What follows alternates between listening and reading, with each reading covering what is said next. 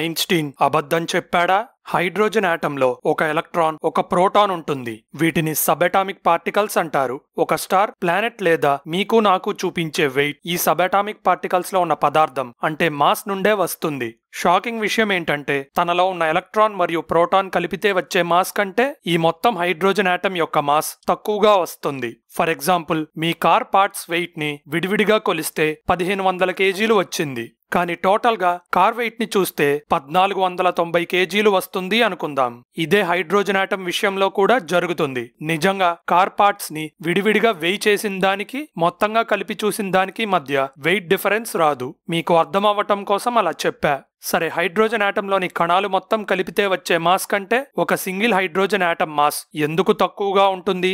ఇది E=mc² లాకి విరుద్ధంగా ఉంది కదా. అయితే ఐన్స్టీన్ 1905లో రాసిన పేపర్లో ఈ ఈక్వేషన్ డిఫరెంట్ గా ఉంది. దాన్ని m=E/c² రూపంలో రాయడం జరిగింది.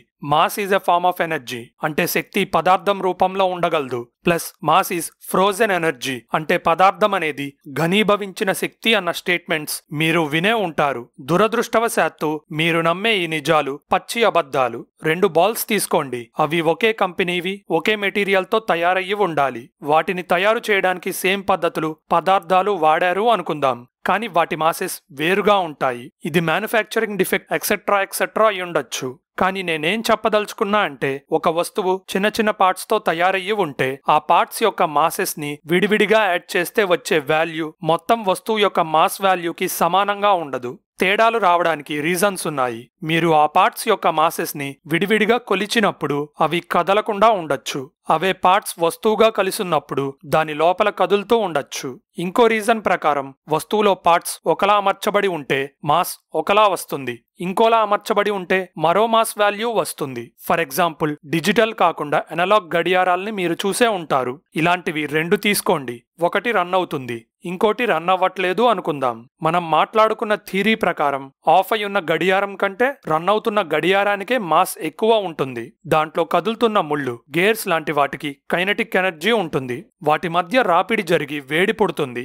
ఇది థర్మల్ ఎనర్జీ. ఎనర్జీ అంటే మాసే కదా. సో ఇలాంటి అనేక ఎనర్జీస్ కలిసి రన్ అవుతున్న గడియారం యొక్క మాస్ ని పెంచుతాయి అని m=E/c² ఈక్వేషన్ చెప్తుంది. సో రన్ అవుతున్న గడియారం ఎంత ఎక్కువ మాస్ ఉందో తెలుసుకోవాలి అంటే ఆ ఎక్స్ట్రా ఎనర్జీస్ అంటే థర్మల్, పొటెన్షియల్, కైనెటిక్ ఎనర్జీస్ ని యాడ్ చేసి c² అంటే స్పీడ్ ఆఫ్ లైట్ స్క్వేర్ తో డివైడ్ చేస్తే తెలిసిపోతుంది. అయితే కాంతి వాల్యూ చాలా ఎక్కువగా ఉంటుంది. ఎక్స్ట్రా ఎనర్జీ వల్ల వచ్చిన ఎక్స్ట్రా మాస్ చాలా తక్కువగా ఉంటుంది. సో ఈ వెయిట్ తేడాల్ని జనరల్ గా కొలవడం కష్టం. అయితే ఈ తతంగాన్ని E=mc² ఈక్వేషన్ ఎక్స్ప్లెయిన్ చేయదు. సో ఎంత ఎక్కువ మాస్ ఉంటే అంత ఎక్కువ ఎనర్జీ ఉంటుంది అనే ఆలోచన మార్చుకోవాలి. అయితే E=mc² లో కన్సిడర్ చేసిన మాస్ ని రెస్ట్ మాస్ అంటారు. అంటే ఒక వస్తువు కదలకుండా ఉన్నప్పుడు మాస్ అని అర్థం. అంటే ఇది ఎంత ఎక్కువగా ఉంటే ఆ వస్తువుని కదపడం లేదా యాక్సలరేట్ చేయడం అంత కష్టం. ఇంకొన్ని ఎగ్జాంపుల్స్ తో E=mc² అసలు రహస్యాల్ని ఛేదిద్దాం. ఒక ఫ్లాష్ లైట్ తీసుకోండి. అందులోని బ్యాటరీస్లోని ఎనర్జీ ఎలక్ట్రోకెమికల్ ఎనర్జీ రూపంలో స్టోర్ అయి ఉంటుంది. లైట్ ఆన్ చేయగానే ఆ ఎనర్జీ కాంతి రూపంలో మారి బయటకు వస్తుంది. అంటే ఫ్లాష్ లైట్ మాస్ తగ్గుతూ రావాలి. సూర్యుడి పరిస్థితి కూడా ఇంతే. అందులో పదార్థం న్యూక్లియర్ ఫ్యూజన్ ద్వారా శక్తిని పుట్టించి కాంతి వేడి రూపంలో విడుదల చేస్తుంది. అందుకే ప్రతి సెకండ్కి సూర్యుడి మాస్ 4 బిలియన్ కేజీస్ తగ్గిపోతూ వస్తుంది. అలా అని సూర్యుడు త్వరలో అంతమవుతాడు అని భయపడకండి. ఇలా తన జీవితకాలమైన 10 బిలియన్ సంవత్సరాల్లో సూర్యుడు కేవలం 0.07% పదార్థాన్ని మాత్రమే కోల్పోతాడు. ఇలా చూసుకుంటే సూర్యుడు పదార్థం నుండి శక్తిని పుట్టిస్తాడా? కాదు. ఇదే మ్యాజిక్ కాదు. మనకి వచ్చే కాంతిలోని శక్తి సూర్యుడిలోని కణాలలోని కైనెటిక్ మరియు పొటెన్షియల్ ఎనర్జీ నుండి వస్తుంది. అంటే కాంతి శక్తిగా మారే ముందు సూర్యుడి యొక్క పదార్థంలో పొటెన్షియల్ మరియు కైనెటిక్ ఎనర్జీ రూపంలో ఉంటుంది.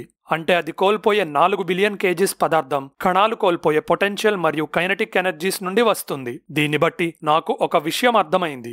అదే, మనం ఇప్పటి వరకు వస్తువుల్లోని పదార్థాన్ని కాదు, డైరెక్ట్ గా ఎనర్జీస్ నే కొలుస్తున్నాం. కానీ అది మనం అర్థం చేసుకోలేదు. ఇంకో ఎగ్జాంపుల్ ఇస్తే మీకు ఇంకా క్లారిటీ రావచ్చు. మీరు ఒక ఫ్లాష్ లైట్ పట్టుకొని అద్దాలు ఉన్న రూమ్ లో ఉన్నారు అనుకోండి.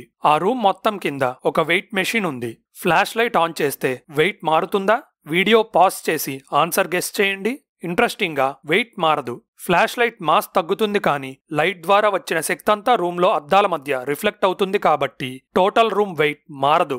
సరే, ఇప్పటి వరకు చూసిన ఎగ్జాంపుల్స్ లో ఒక వస్తువులోని పార్ట్స్ ని విడివిడిగా కొలిస్తే వచ్చే వెయిట్ కంటే టోటల్ వస్తువు వెయిట్ ఎక్కువగా ఉండటం చూసాం. కానీ ఈ వీడియో స్టార్టింగ్ లో ఒక ఎలక్ట్రాన్ మరియు ప్రోటాన్ ని కలిపితే వచ్చే మాస్ కంటే అవి ఉండే హైడ్రోజన్ ఆటమ్ మాస్ తక్కువగా ఉంటుంది అన్నాం కదా. అదెలా కుదురుతుంది? ఎందుకంటే పొటెన్షియల్ ఎనర్జీ నెగిటివ్ గా ఉండొచ్చు. ఫర్ సపోజ్ ఒక ఎలక్ట్రాన్ మరియు ప్రోటాన్ మధ్య చాలా దూరం ఉంటే వాటి పొటెన్షియల్ ఎనర్జీ 0 ఉంటుంది. అయితే వాటి చార్జెస్ ఆపోజిట్ గా ఉంటాయి. సో ఎలక్ట్రాన్ మరియు ప్రోటాన్ దగ్గరికి వస్తూ ఉంటే వాటి కంబైన్డ్ ఛార్జ్ పడిపోతూ ఉంటుంది.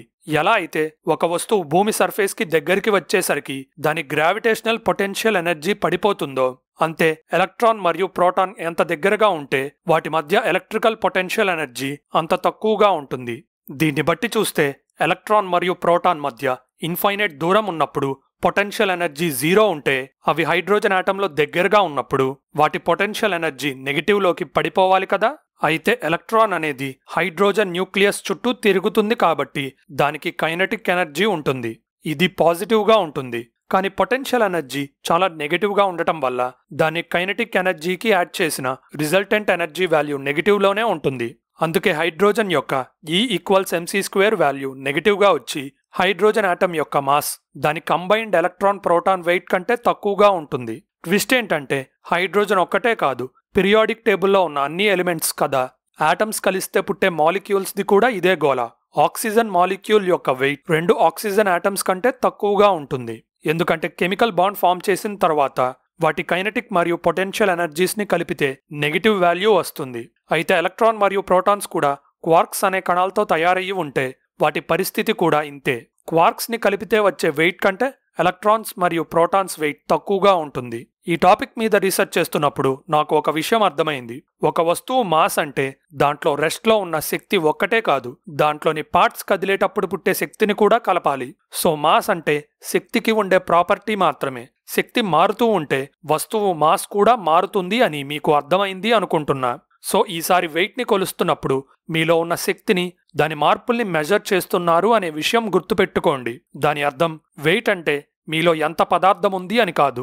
శక్తి అనేది మాస్ రూపంలో దాని క్వాలిటీని చూపించుకొని గ్రావిటీతో ఇంటరాక్ట్ అయ్యి వెయిట్ రూపంలో స్కేల్ మీద కనబడుతుంది. ఇలాంటి ఇంట్రెస్టింగ్ వీడియోస్ చూడాలంటే మన ఛానల్ సబ్స్క్రైబ్ బటన్ నొక్కి బెల్ ఐకాన్ క్లిక్ చేయండి. ఈ ఇన్ఫర్మేషన్ అందరికీ రీచ్ అవ్వాలంటే వీడియో లైక్ చేయడం మర్చిపోకండి.